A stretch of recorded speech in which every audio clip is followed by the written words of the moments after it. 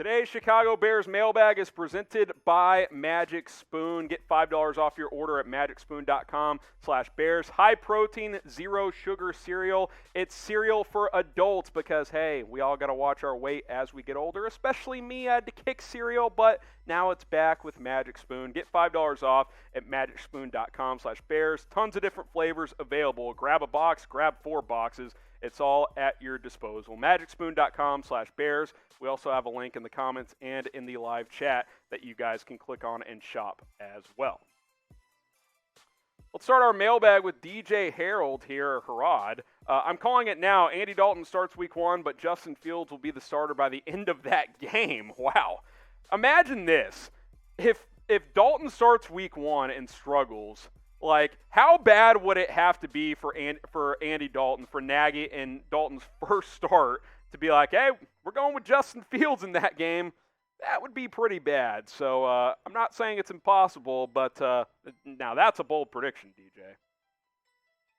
Mr. Boulderhead, do you think we could possibly sign Prince Amukamara again? He's a free agent, and he was a solid corner for us before. I don't think he, bounced around the league last year. The Raiders cut him. I remember they picked him up. I think he's flirted with retirement as well. I don't think he's got much, if anything, left in the tank at this point. Daniel Hinton, do you feel Goldman missing minicamp something to be concerned about? I mean, we've talked about it, right? If you haven't kept up with us here on Bears Now, we've covered this. I'm skeptical. You know, a couple of videos emerged, short clips of him lifting weights. Oh, he's in shape. We don't know that. We haven't seen him play on the football field.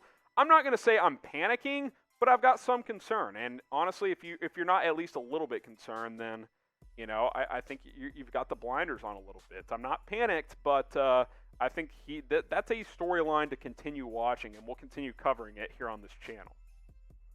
Mark Sarukanian, their hashtag Bears, there for me seems to be an abundance at running back. What do you think about trading Cohen for help in the secondary?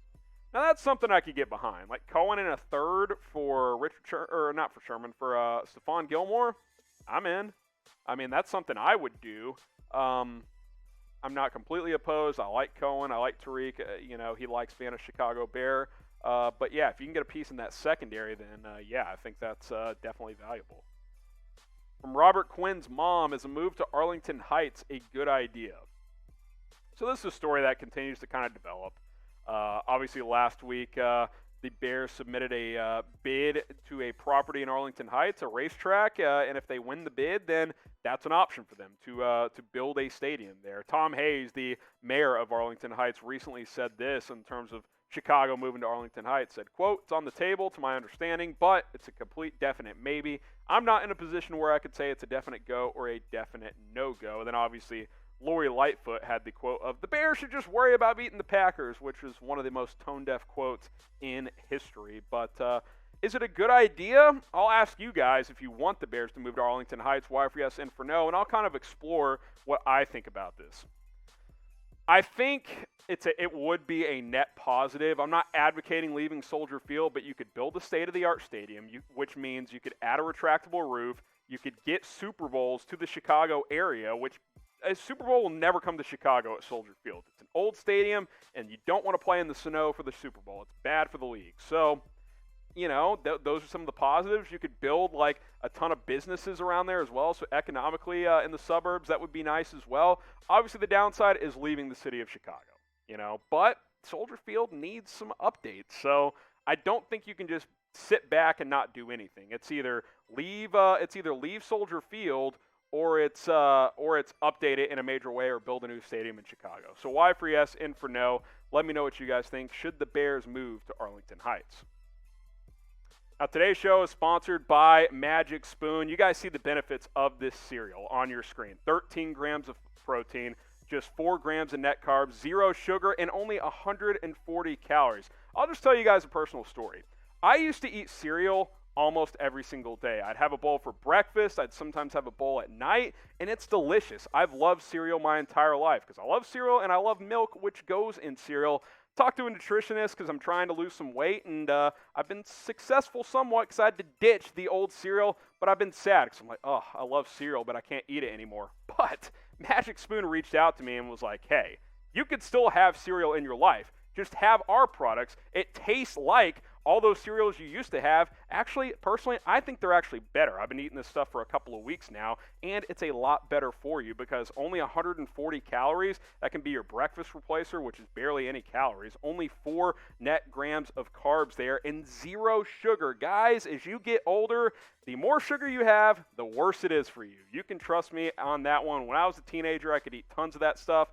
Catches up to you as you get older. Magic Spoon is the cereal for adults, and you're not going to gain weight eating this stuff. We've shown you a bunch of different flavors. I like the peanut butter. I like the cocoa. Tons of different flavors and variety for you guys. Get $5 off at magicspoon.com/bears. That link or a link is in the live chat and in the comments. You can click and shop today. magicspoon.com/bears.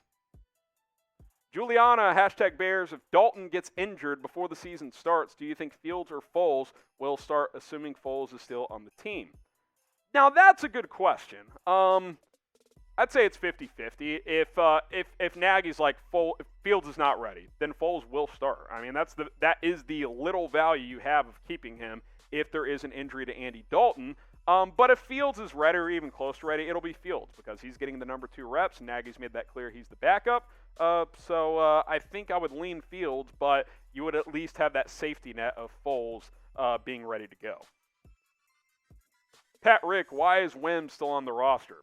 Because it's a 90-man roster. I don't think he'll make the 53-man, but he's a guy who knows the system. You know, he'll get to compete at wide receiver. I think he's lower on the totem pole, especially with the incident against the Saints last year and dropping that touchdown in the playoff game. But, hey, if you cut him, you're just going to sign someone else to fill out that 90th spot. So, you know, I don't think it's that big of a deal. Mr. Chicken Nugget. If healthy, do you think Jake Butt will contribute? Listen, he was great at Michigan. I loved him coming out. I thought he was going to be a great player. Got injured in the bowl game. Hadn't been able to stay healthy in the pros. I think he's played 8 games in 4 seasons. I'm excited to have him on the 90-man. Let's see what he can do at training camp. I'd love to see him make the team. If he performs well, I think he's better than J.P. Holtz. So I think he could be your number 3 tight end. But if you're thinking he'll come in and, you know, be a 3-4 catch-a-guy game, I just don't think that's in the cards for Jake Butt. But I think there's at least a chance he can make the roster and possibly contribute. Do you remember, guys, when did you subscribe to Chicago Bears Now? And if the answer is never, well, now's your time. You see the link below, youtube.com/BearsNow. Let me know. I'm always curious to see how long you guys have been subscribed to the channel. We launched in January of 2020, so we're closing in on a year and a half right now. I get answers all the time. Oh, I've been there since 8,000 subs. Oh, I subscribed last week. It's all over the place. Appreciate everybody who has subscribed, and if you would, please let us know when you did subscribe initially. And like I said, if you love the Chicago Bears, if you love keeping up with what's going on with your favorite team, we like to think we're the channel for you, youtube.com/BearsNow, Bears news, rumors. We do these live shows every single Tuesday at 4 o'clock Eastern time as well. We keep it real, we keep it loose, we keep it fun with you guys. That's what we're about here at Chicago Bears Now, so subscribe and don't miss any of our coverage because we're going to continue to bang out videos just for you guys. Mad Mike, do you think we can get Kyle Fuller back next season? Sure. I mean, he's a free agent. If he plays well and the Broncos are playing well, they could try to extend him mid-year, but it's certainly possible. Would I bet on it? Probably not, but the Bears are expected to have a decent amount of cap space next year, so can't rule it out. Joel Fernandez, how many smoking J's are you giving for Damien Williams having a breakout year? I think he's too old to have a breakout year, but to have a nice, solid year and contribute, I'll go 2. I mean, it's a Crowder RB room. You got Montgomery, who's going to be your top back. Tarik Cohen's in the fold. Obviously, he'll be more of a receiving back, which Damien Williams can do as well. I like Damien Williams. I thought he was a sneaky good player for the Chiefs. You could argue that he should have won Super Bowl MVP when the Chiefs beat the 49ers. So I'm excited to have him. Breakout, though, he's been around long enough. I don't think, like, breaking out for him, he'd have to have like 800 or 900 yards, and I don't think that's going to happen. DeVay Dolly, who gets the most touchdowns and catching yards, Mooney or Allen Robinson? I think Robinson will definitely have more yards.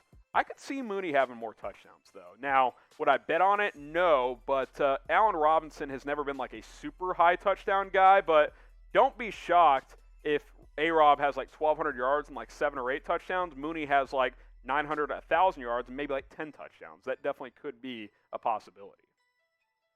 We're running out of time, but we still have a few questions to answer. If you don't get yours answered, well, Twitter's a great thing. You can follow me at HGramNFL and ask me your questions over there. Just be like, hey, man, didn't get my question answered. What are your thoughts on this? I'll get back to you as soon as possible. Can't say it'll be right away because I get a lot of DMs and tweets, but I will respond, almost guarantee. I can't say I've responded to every single DM I've ever gotten, but I'd like to say I'm about 90%. I respond to most of you guys. So at HGramNFL, give me a follow over there. Go ahead and tweet at me, slide in the DMs. They're always open. And let's talk some Bears football. Joel Fernandez, are Pace and Nagy still on the hot seat or not anymore? I think at this current moment they are not, but that can obviously change. I think the offseason and the draft specifically bought them time. I think barring a disaster, they'll both be back for 2022. But major results need to happen starting in 2022. Busy Womack, how realistic is it for Kindle Vildor or CB2? Two Smoking Jays. I think it's fairly realistic. He drew good reviews at minicamp and OTA. Sean Desai likes him, got some good playing time last year. I'd rather go sign a proven vet, but if Vildor can step up and play well, that's a nice draft pick in the 5th round a couple of years ago. So, two Smoking Jays. I think there's a decent chance that he could be CB number 2.